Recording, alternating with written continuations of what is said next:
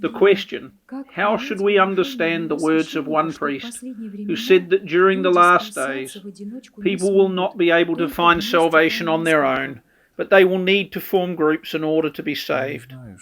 In answer, I do not know what that priest meant. This phrase is taken out of its context, so I don't know what he really meant. It is always easier when you do something together. It is always hard to manage on your own. People always help one another, which is why it is easier for all. The only thing I know is that if we live to see the last days, we will surely not have an easy time. Some people even want to overcome these last days in a wink and with ease, in a country house with a basement full of cans enough for 3 years. The Antichrist will be for 3 years. I need to count how many cans of meat stew I will need.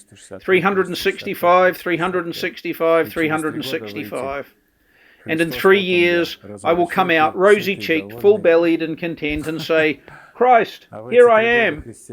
Meanwhile, during those 3 years, Christians proved their loyalty to Christ, died of starvation, died in torment, bore a lot of abuse and hatred from the world. I think if we, all the same, want to prove our loyalty to Christ, we should dispose ourselves to sufferings in any case. There will be no way to escape sorrow, and this sorrow will be horrible. Who will endure all this? Only those who will be strengthened by the Holy Spirit. The Holy Spirit is an inner force or a core who keeps a human together. However, in order to save the Holy Spirit, one needs to acquire him, according to the Venerable Father Seraphim of Sarov. We need to acquire him not tomorrow, nor the day after, but now.